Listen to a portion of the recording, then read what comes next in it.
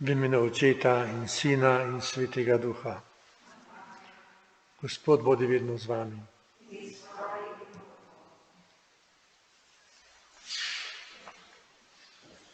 Danes obhajamo god svetega Tomaža Akvinskega, ki je bil prvi razglašen za cerkvenega učitelja v katoliški cerkvi. Dobil je vzdevek angelski učenjak. On je zbral vso takratno teologijo in filozofsko znanost, ki se imenuje summa teologika in je bila podlaga za izobrazbo teologov skozi stoletja. Hitro si je vse zapomnil in se zvesto držal. Papež Leon XIII. Je zanj dejal, ljubil je resnico. Ta veliki učenjak je z božjo in človeško bedo ogreval ves svet kako sonce in ga razsvetljeval z ognjem svoje kreposti in z lučjo svoje učenosti. Tomaž se je rodil 1225. leta kot prvorojenec iz drugega zakona, grofov Ludolfov.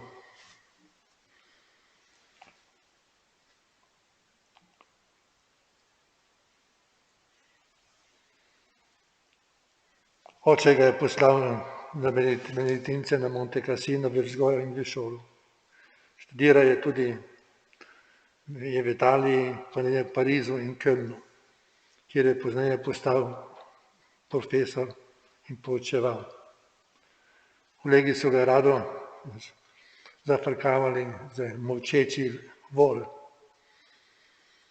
mutasti vol. Sveti Albert Veliki, ki je bil profesor, je pokazal z napovedjo, ta vol bo tako zatulil, da ga bo slišal ves svet.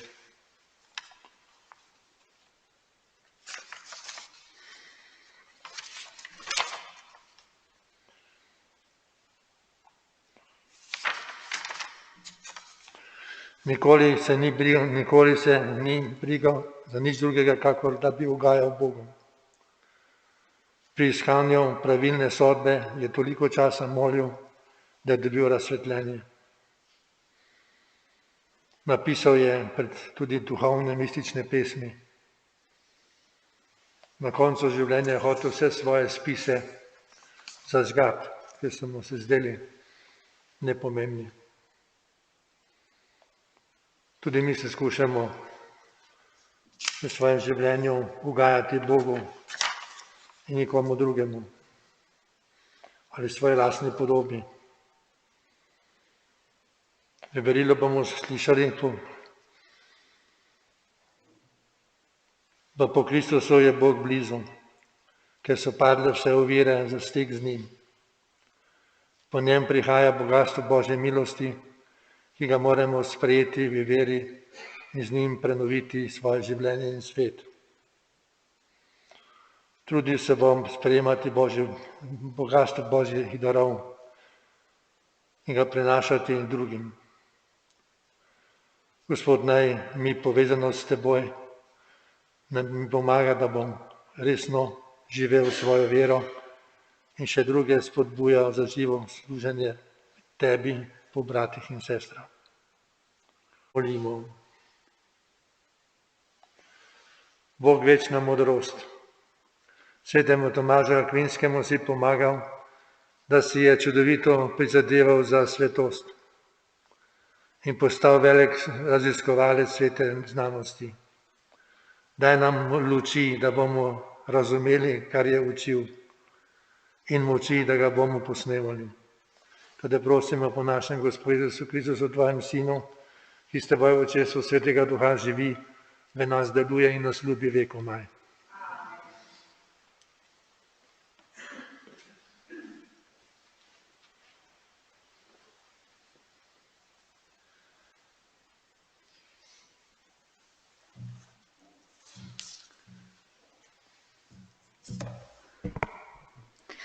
Berilo iz prvega pisma apostola Pavla Korinčanom. Ko sem jaz prišel k vam, bratje, nisem prišel z visokostjo besede ali modrosti, vam oznanjati Božje pričevanje. Sklenil sem namreč, da med vami ne bom vedel za nič drugega, kakor za Jezusa Kristusa in to križanega. Prišel sem k vam slaboten in v strahu in velikem trepetu. In moja beseda in moja pridiga ni bila v prepričevalnih besedah modrosti, ampak v izkazovanju duha in moči, da bi vaša vera ne slonela na človeški modrosti, ampak na Božji moči.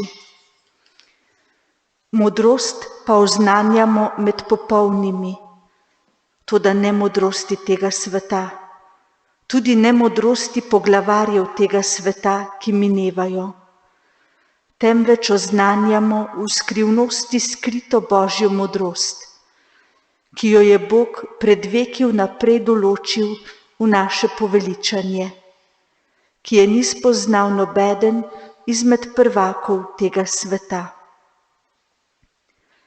Ko bi jo namreč spoznali, bi Gospoda veličastva ne križali, ampak kakor je pisano, česar oko ni videlo in uho ni slišalo in kar v človekovo srce ni prišlo, kar je Bog pripravil tistim, ki ga ljubijo, je nam Bog razodel po svojem duhu. To je Božja beseda. Gospod ima besede večnega življenja.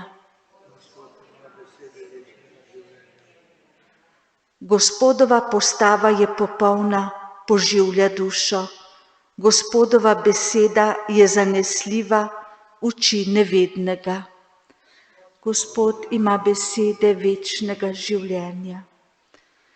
Gospodove postave so prave, razveseljujejo srce. Gospodov ukaz je čist, razsvetljuje oči. Gospod ima besede večnega življenja. Gospodov strah je iskren, ostane vekomaj. Gospodovi odloki so resnični, obenem pravični. Gospod ima besede večnega življenja. Zaželeni so bolj kot zlato in zakladi čistega zlata, slajši so kot med in strt iz satovja. Gospod ima besede večnega življenja. Aleluja. Vaša luč naj sveti pred ljudmi, da bodo videli vaša dobra dela in slavili vašega Očeta, ki je v nebesih. Aleluja.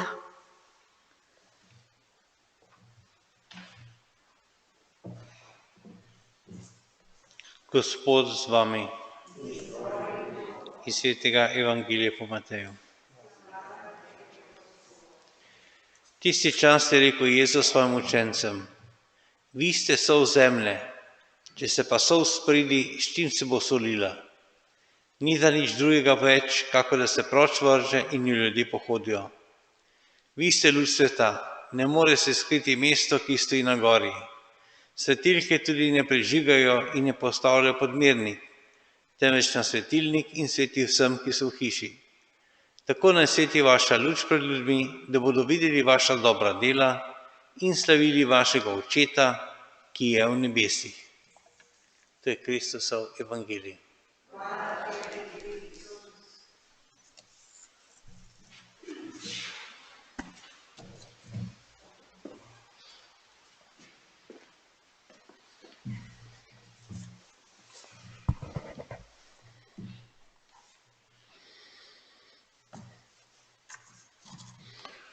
Evangelij je čisto jasen.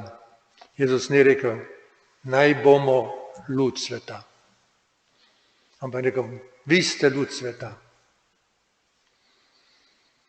To se zavedati, da moramo prenašati svetlobo v ta zmračni svet, v to zlagani svet.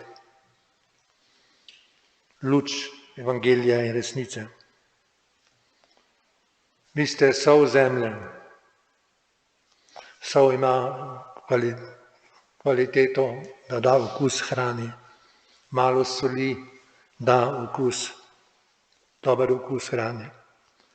Ima tudi vlogo konservatorja, da konservira hrano. To zato mi moramo delovati kot sol, ki daje okus krščanskih vrednot našemu svetu in konservira, da se ne usmrdi ta svet.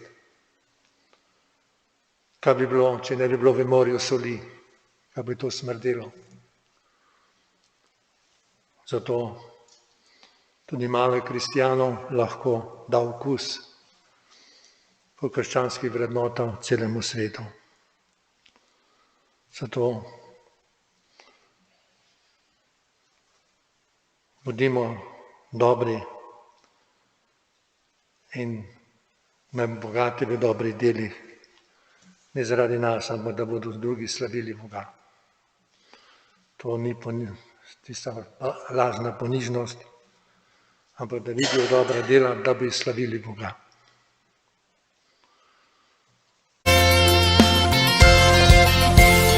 Soncu gore se blešče, pogled me vabi na vrhe. Čeprav ovir ne sluti moje radostno srce, saj v mladosti mi gori, se življenja veseli. In kot potok razigrano žubori, vsak nov dan, ki ga živim, naj voli tvoj le prepustim, da se ne izgubim. Daj Gospod, da tvoj glas me